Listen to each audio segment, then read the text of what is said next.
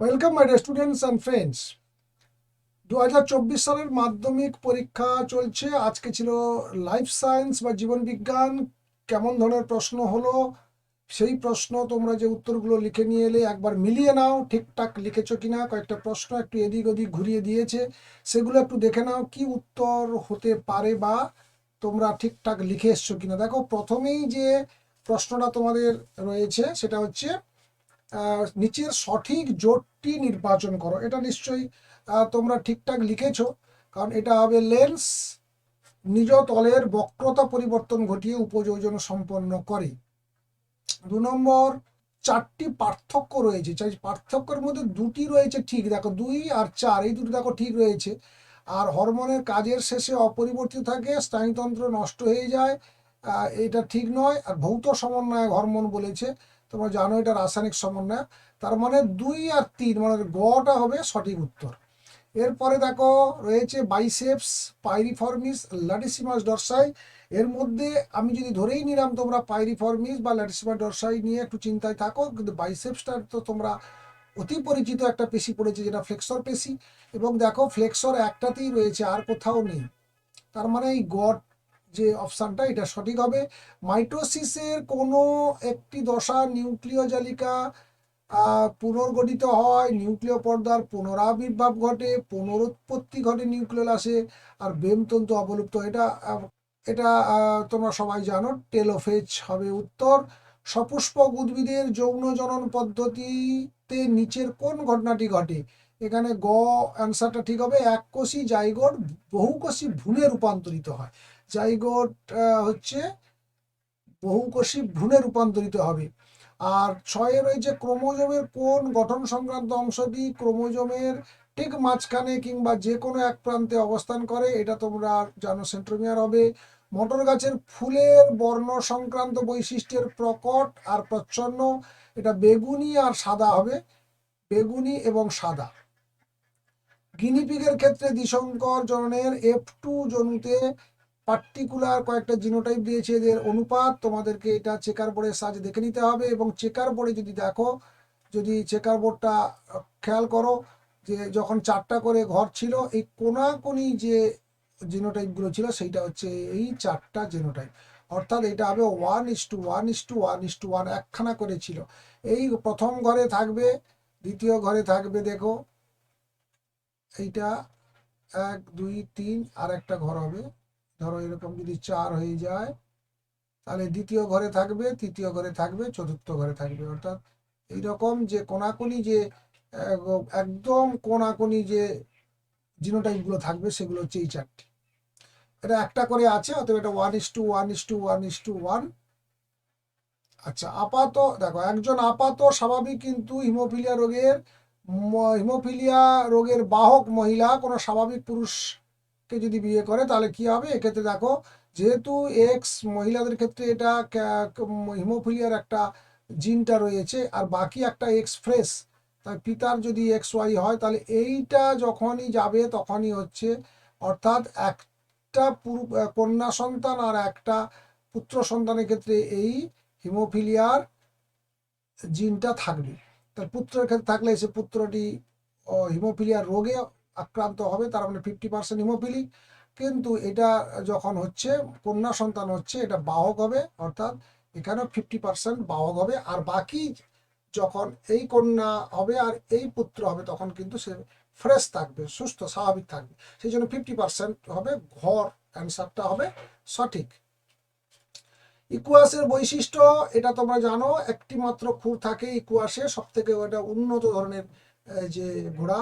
তারপরে রয়েছে নিচের কোনটি ডারউইনের অভিব্যক্তি মতবাদের সিদ্ধান্ত? এটা সঠিক উত্তর আসবে প্রাকৃতিক নির্বাচন। কেউ কেউ এটা প্রকরণও লিখতে পারো, প্রকরণটাও মনে হচ্ছে যেন অনেক ক্ষেত্রে এটাও ঠিক হয়ে যেতে পারে, কারণ প্রকরণের জন্যই কিন্তু যে সীমিত খাদ্য বাসস্থানের পরে যে লড়াইটা চলে, সেই লড়াইটাতে জেতার ক্ষেত্রে প্রকরণটাই কাজ করে। আবার অত্যাধিক হারে বংশবৃদ্ধি, সেখানেও শেষমেশ সেই বাঁচবে যার মধ্যে অনুকূল প্রকরণ থাকবে। আর সেটা সবশেষ যেহেতু একেবারে আলটিমেট যে রেজাল্ট বা সিদ্ধান্ত যেহেতু প্রাকৃতিক নির্বাচন, তাই এক্ষেত্রে প্রাকৃতিক নির্বাচনটা সঠিক অ্যান্সার হওয়ার সম্ভাবনাই বেশি। তারপরে দেখো রয়েছে উটের অতিরিক্ত জল ক্ষয় সহনের ক্ষমতার সঙ্গে সম্পর্কিত অভিযোজিত বৈশিষ্ট্য। এটা সবাই নিশ্চয়ই ঠিকঠাক লিখেছো, ডিম্বাকার লোহিত রক্তকণিকা। নাইট্রোজেনে অণুজীব, নাইট্রোসমোনাস এবং নাইট্রোব্যাক্টার, এটা হবে নাইট্রিফিকেশন। মিজোরাম নিকোবর দ্বীপপুঞ্জ কোন কোন কোন কোন জীব বৈচিত্র্য।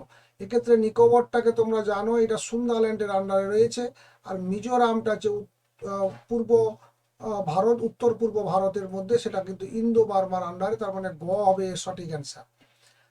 আর গরুমারা, নীলগিরি, কুলিক, এটা নিয়ে কিন্তু যথেষ্ট ডিবেট তৈরি হয়ে গেছে তোমাদের মধ্যে, আমি বুঝতে পেরেছি।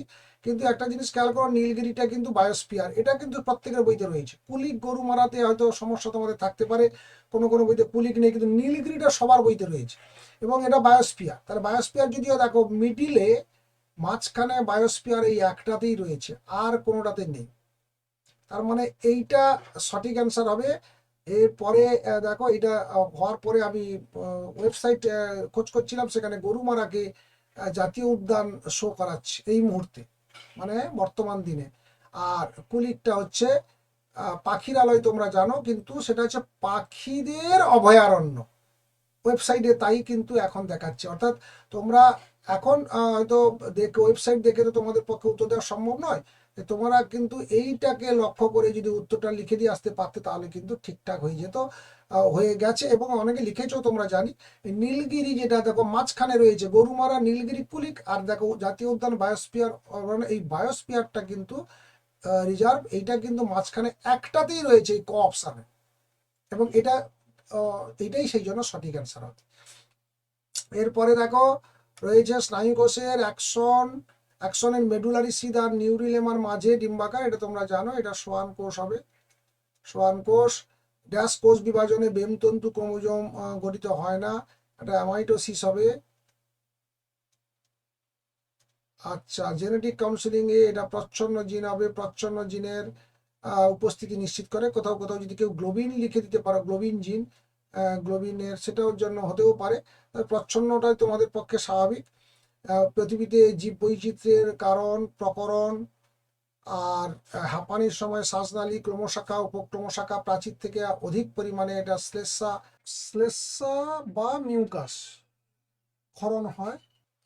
মানুষের কাপড় কাচার ক্ষেত্রে ব্যবহৃত ফসফেট ফসফেট সমৃদ্ধ ডিটারজেন্ট জলাশয়ের জলে মিশলে ইউট্রিফিকেশন ঘটে। ফোকাস দৈর্ঘ্যের প্রয়োজন মতো পরিমার্জনে এটা ঠিক নয়। ফোকাস দৈর্ঘ্যের প্রয়োজন পরিমাণ, রেটিনার ক্ষমতা নেই, রেটিনার কখনো এই ক্ষমতাটা থাকে না। আর রেটিনার উপরে যেহেতু এটা প্রতিবিম্বটা তৈরি হয়, তাই তার আগে লেন্সকে এই কাজটা করতে হয়, এবং এটা প্রথমে একেবারে ফার্স্ট প্রশ্নটা এই সংক্রান্ত। হ্যাপ্লয়েড রেণু উৎপাদন করতে মাইটোসিস কোষ বিভাজন ঘটে, এটাও ভুল। BBRR জিনোটাইপ, এইটাও প্রচ্ছন্ন, এটাও প্রচ্ছন্ন, অর্থাৎ হেটারোজাইগাস। লোকাসের জন্য হেটারোজাইগাস, এটা টি। নিষ্ক্রিয় অঙ্গ অভিসারী বিবর্তনকে নির্দেশ করে, এটাও ঠিক। ক্রায়ো সংরক্ষণ -196 সেন্টিগ্রেড তাপমাত্রা তরল বা উষ্ণ ব্যবহার করা হয়, নাইট্রোজেন ঠিক। চোখের অপটিক স্নায়ু রেটিনার সংযোগস্থলে যে অংশে আলোক সুবিধি কোষ থাকে না, সেটি হলো অন্ধবিন্দু, এটিও ঠিক। এরপরে দেখো রয়েছে স্তম্ভবিলানু, অ্যাড্রিনালিনটা হচ্ছে এই যে হৃদস্পন্দন, হৃদ উৎপাত, রক্তচাপ, তার মানে এইটার সঙ্গে হবে চ। সপরাগযোগ কোথায় গেল, বাহকের প্রয়োজন নেই, বাহকের প্রয়োজন নেই। ফুলের অবস্থান কাক্ষিক, এটা তোমরা জানো, প্রকট বৈশিষ্ট্য। আর যদি শীর্ষ হয় তাহলে সেটা প্রচ্ছন্ন হবে। গরম তরল স্যুপ, বিজ্ঞানী হ্যালডেনের মতে বিভিন্ন জৈব যৌগ সমন্বিত উত্তপ্ত সমুদ্রের জল, তার মানে এটা খর সঙ্গে মিলবে। SPM, এটা হচ্ছে একটা বায়ু দূষক। অস্থির ভঙ্গুরে, এটা হচ্ছে মানব বিকাশের বার্ধক্য দশা। তারপরে তার এইটা মোটামুটি ছিল, বুঝতে পেরে গেছো। এরপরে দেখো রয়েছে বিসদৃশ শব্দ, এখানে বিসদৃশ শব্দটা ADH হবে, বুঝতে পারছো, FSH, LH আর TSH রয়েছে। উদ্ভিদের মুকুল বীজের সুপ্তাবস্থা ভঙ্গকারী হরমোন, এটা হবে জিব্বেরেলিন। তারপরে প্রথম জোড়া পিউরিন যদি অ্যাডেনিন হয় তাহলে এটা কি হবে, এর সঙ্গে এটি থাইমিন। বর্ণান্ধতা হিমোফিলিয়ার জন্য দায়ী দুটি জিনের মধ্যে সাদৃশ্য, দুটোই হচ্ছে প্রচ্ছন্ন দিন। আর সংযুক্ত কানের লতির বৈশিষ্ট্য, এইটা প্রচ্ছন্ন, তোমরা জানো প্রচ্ছন্ন জিন, এটা পার্থক্য চেয়েছে। আর এই যে জিভটা যেটা রোল করা হয় এটা কিন্তু প্রকট। আর সুন্দরী পাতার ত্বকে অবস্থিত লবণ গ্রন্থির ভূমিকা, এটা লবণ শোষণ করে বা লবণ সঞ্চয় করা, লবণ শোষণ বা সঞ্চয়। যে চারটির মধ্যে তিনটি অপর বিষয়ের অন্তর্গত, এটা নিশ্চয়ই তোমরা বুঝতে পেরে গেছো। ব্রঙ্কাইটিসের আন্ডারে বাকিগুলো থাকবে। মানুষের শ্বসনতন্ত্রে ক্রমশাখা প্রদাহ, কফের সঙ্গে ঘনশ্লেষ্মা নির্গমন, আর ধূমপায়ীদের আক্রান্ত হওয়ার অধিক সম্ভাবনা। কুমির সংরক্ষণে গৃহীত প্রজেক্ট বা ক্রোকোডাইলে কোন বিষয়টির উপর অধিক গুরুত্ব আরোপ করা হয়েছে? প্রজেক্ট ক্রোকোডাইল, এখানে হচ্ছে প্রজননের উপরে গুরুত্ব আরোপ করা হয়েছে, বা কেউ কেউ এটাকে আবার নিয়ন্ত্রিত প্রজননও লিখতে পারো, যেটাকে ক্যাপটিভ ব্রিডিং বলা হচ্ছে। বা এটা হলো মোটামুটি তোমাদের 1 মার্কের প্রশ্ন। এরপর দেখো 2 মার্কের প্রশ্নগুলো রয়েছে, যে তোমাদের যে সাজেশনটা ছিল সেখান থেকে দেখো প্রায় অধিকাংশ প্রশ্নগুলো এসছে। শব্দচিত্রের সাথে দেখো ফার্নের জনুক্রম, এটা বছর ইম্পর্টেন্ট ছিল বলেছিলাম, এসে গেছে। সাইটোকাইনেসিস কিভাবে ঘটে, এগুলো হচ্ছে সবই দেখো, এগুলো সব এতে ছিল, সাজেশনে ছিল। এগুলো পরে একদিন আলোচনা করা যেতেই পারে, পরে আলোচনা করে নেব। এখন আপাতত দেখে নাও। এবং যারা আমাদের সাজেশনটা, আমাদের ভিডিওতে যে আমাদের যেই চ্যানেলে যে সাজেশন দেওয়া ছিল সেটা যদি ঠিকঠাক করে তোমরা কেউ ফলো করে গেছো বা রেডি হয়ে গেছিলে, তাহলে আশা করি তাদের ক্ষেত্রে কোনো সমস্যা হয়নি। ছবি তো কোনো সমস্যা হয়নি আশা করি। এখানে নিউরন ছিল আর ক্রোমোজোম ছিল, এই দুটো। আশা করি এখানে কোনো সমস্যা হয়নি। মোটামুটি তোমরা এগুলো আশা করি সব ঠিকঠাক উত্তর দিয়ে এসছো।